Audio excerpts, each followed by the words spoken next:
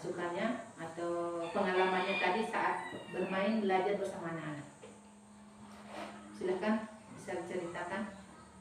Ya, gini. Anak-anak sungguh kita sudah tahu karakternya anak-anak masing-masing. Ada yang pendiam, ada yang masih nakal-nakal keluar masuk. Jadi di situ kita sudah bisa tahu, oh ini anak mau mendengar, oh ini anak dia tidak mau mendengar sama ibu gurunya. Jadi dari kita saja guru, bagaimana caranya kita ini anak kita bisa dekati supaya dia bisa dengar. Ternyata betul seperti itu si Aluna. Ternyata nakalnya keluar masuk. Nanti saya sudah bilang, Aluna, pintarnya Aluna, hebat, cantik Aluna, tidak nakal saya Bu Guru. Oh iya bagus. Begitu pada akhirnya duduk manis dan kami duduk seperti itu. Terima kasih Ibu Nince. Intinya pada awal ajaran baru ini anak-anak kita belum tentunya untuk memahami mereka seperti apa, kita perlu belajar, perlu mengalami secara langsung. Ketika kita melihat anak-anak kita dengan karakter mereka yang berbeda-beda, disinilah bagaimana kita seorang guru memfasilitasi kebutuhan belajarnya dengan karakter anak masing-masing itu. Ya. Kalau Ibu Hasnah bagaimana?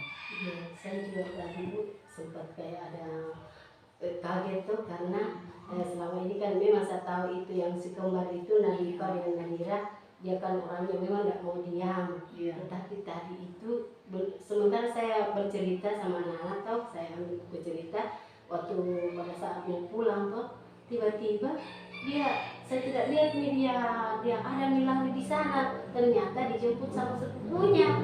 Dijemput sama sepupunya. Itu juga sepupunya dari SD katanya tidak belajar karena gurunya rapat. Akhirnya dia datang nonton di situ. Nadira dengan Nadifa ada di luar situ. Lari dia pergi di sana. Nanti itu berteriak namanya Gibran, ada nih itu si kembar, dia lari ke sana karena bisa. Padahal saya sudah sementara fokus ini belajar bercerita. Tiba-tiba ada di sana. Padahal mamanya datang menjemput dari kemana, dibawa lagi kembali ke sini. Dia tidak mau masuk. Jadi pengalaman Bu Hasnah ada murid di luar kendali ya? Iya, di luar kendali. Jadi kembali lagi tadi Bu, itu anak dia bawa lagi sama mamanya masuk di dalam. Saya kasih tahu dia, jangan lain kali jangan begitu sayang, kan ibu guru juga punya anak kecil, jangan sampai kasih ibu guru kalau kau pergi pulang ke sana ada penculik, terus ibu guru ditelepon sama polisi, ibu guru diambil sama polisi, mati menangis anaknya, ibu guru di rumah cari-cari mamanya, bilang begitu tuh, padahal mamanya ada di dia. Karena anak kembar lari pulang ke sana tidak bilang-bilang sama ibu guru. Saya kasih tahu teman-teman yang lain, itu perbuatan baik apa perbuatan buruk? Nah, dan itu perbuatan buruk, temannya bilang begitu tuh. Lain kali jangan ada yang begitu. Kalau mau pulang sama-sama. Oke, menarik sekali ya permasalahan yang kita hadapi di masing-masing kelasnya ibu guru. Itu yang saya katakan tadi, anak-anak memiliki karakter yang unik ya. Artinya apa? Kita sebagai guru harus mampu memahami mereka, menyelami dunianya mereka. Seperti tadi si kembar tiba-tiba pulang. Terus langkah apa yang kita lakukan sebagai guru supaya anak ini ke depan dia tidak melakukan hal yang sama lagi? Kita harus refleksi, ini anak apa sih maunya? Harusnya saya seperti apa? Kan begitu. Apakah kita introspeksi diri kembali? Apa yang harus kita lakukan? Ya, supaya ke depan anak yang melakukan hal seperti ini tidak melakukan lagi. Sudah bagus ibu guru tadi menyampaikan bahwa dengan cerita, ya, dengan sebuah cerita supaya anak ini tumbuh kesadarannya. Ya, jadi setiap pulang sekolah, sebelum pulang anak, ayo bacakan anak-anak buku cerita. Buku cerita apa? Yang berisi pesan-pesan moral. Ya, kan? Ada buku cerita, anak-anak dibacakan cerita yang berisi pesan-pesan moral supaya anak-anak memahami bahwa ada aturan. Ya, memahami aturan. Bila perlu sebelum melaksanakan pembelajaran, ibu guru bersama anak-anak membuat kesepakatan kelas, ya. Kesepakatan kelas ini kita buat bersama anak-anak. Ayo anak-anak, hari ini kita akan belajar. Namun sebelum belajar, ayo kita buat kesepakatan kelas dulu. Misalnya kita memancing. Misalnya anak-anak pada saat belajar tidak boleh apa? Nanti anak yang menjawabnya, bukan ibu gurunya. Apalagi yang perlu kita sepakati sebelum belajar? Ya, jaga kebersihan kelasnya. Ya, tidak boleh ganggu teman pada saat bermain. Tidak boleh umpamanya kalau pada saat temannya bermain, mainannya langsung diambil. Ya, itu kesepakatan kelas. Kemudian ketika makan anak-anak harus seperti apa?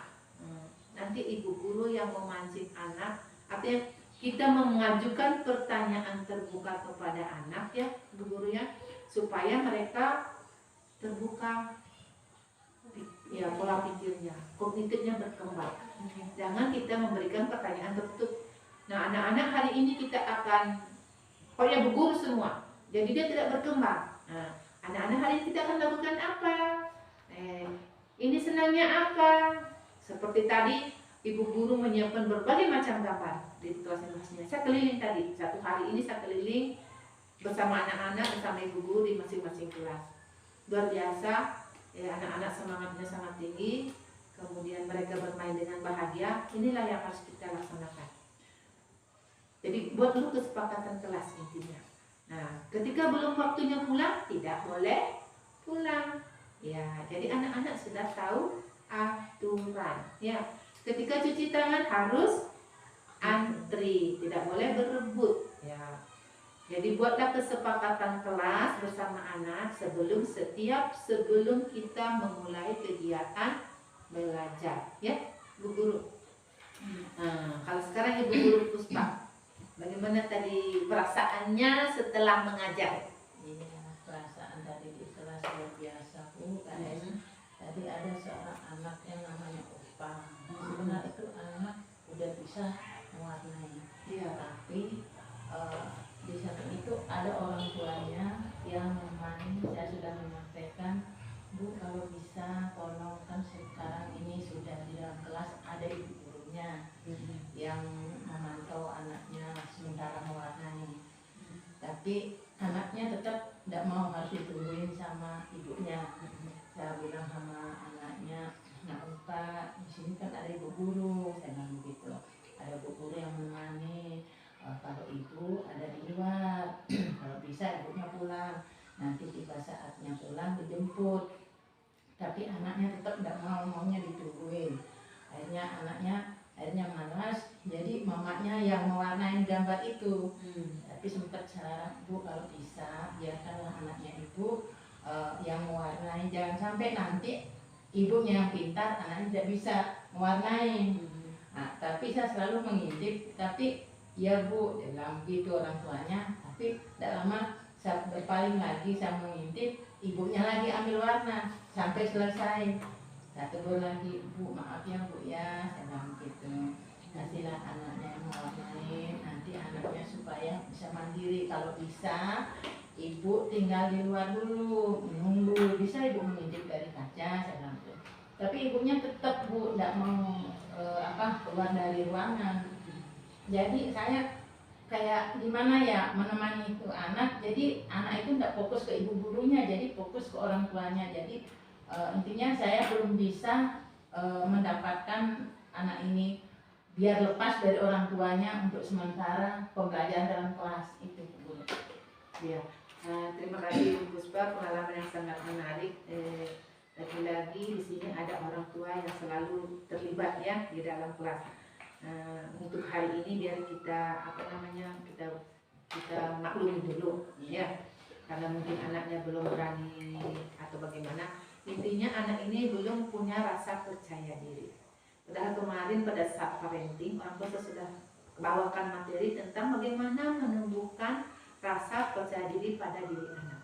Ya, jadi kepada orang tua saya sudah sampaikan bahwa Ketika kita ingin anak kita memiliki rasa percaya diri, percaya diri yang tinggi, berikan dia kesempatan, berikan dia kesempatan untuk melakukan sesuatu sesuai keinginannya.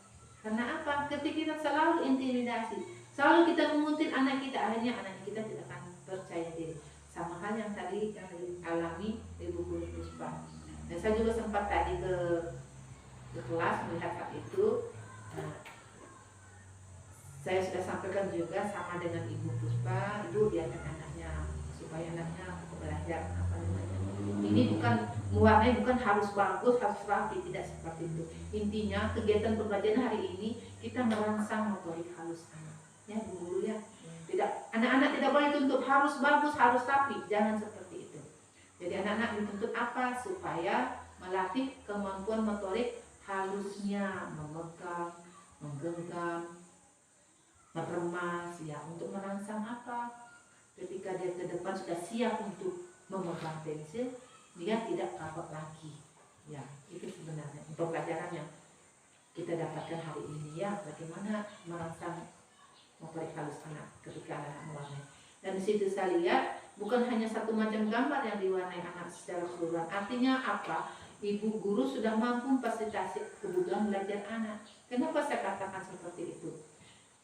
Ada anak yang ingin mewarnai gambar ini, ya. Ada anak yang ingin mewarnai gambar ayam. Ada yang ingin mewarnai gambar apa tadi, buah. Ada juga anak yang ingin mewarnai gambar balon. Ya. Itu tidak ditentukan oleh apakah ibu guru yang menentukan? Oh ya, itu artinya ibu guru sudah mampu memfasilitasi kebutuhan belajarnya. Ya, itu salah satu contoh pembelajaran berdiferensiasi namanya. Ya, berdiferensiasi kita memfasilitasi anak sesuai kebutuhan belajarnya, tidak memaksakan harus yang ini, harus yang itu. Begitu juga ketika dia mewarnai, anak-anak harus warna biru. Tidak boleh seperti itu, ya. Ya, tidak boleh seperti itu. Kenapa? Karena anak-anak punya karakter. Dari cara dia mewarnai sudah menunjukkan karakternya. Ya. Ada anak-anak yang ingin semuanya diwarna merah.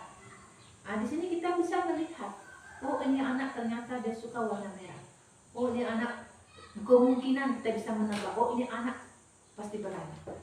Ya, karena merah itu berani. Ya, pasti dari cara anak mewarnai menggunakan warna itu sudah menunjukkan karakter dan pribadi.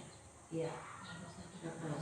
Jadi tadi saya sudah lihat, jadi guru sudah mampu memfasilitasi belajar anak sesuai dengan kebutuhan belajarnya. Jadi artinya tidak memaksakan, oh harus yang ini semua, tidak. Nah begitu juga di kelas ini tadi anak-anak membuat apa namanya bermain plastisin. Saya tanya dulu Bu Guru Betty, apakah tadi ketika anak-anak mengambil warna plastisin, Ibu Guru yang menentukan? Enggak, saya simpan warna datang. Iya, Ambil masing-masing sesuai dengan yang kesukaan mana yang dia mau. Oh iya, ya seperti itulah. Nah, jadi itulah sudah Ibu Guru sudah melakukan pembelajaran berdiferensiasi. Walaupun anak hanya memilih warna yang dia suka, menggunakannya bermain dengan kesenangannya. Ya, jadi intinya kita fasilitasi kebutuhan belajar anak. Kenapa tuh video ini? Kayaknya memori itu. Tunggu dulu. Udah sampai deh full ini memori HP. Masih jalan. Jalan kah? Jalan. Apa ini?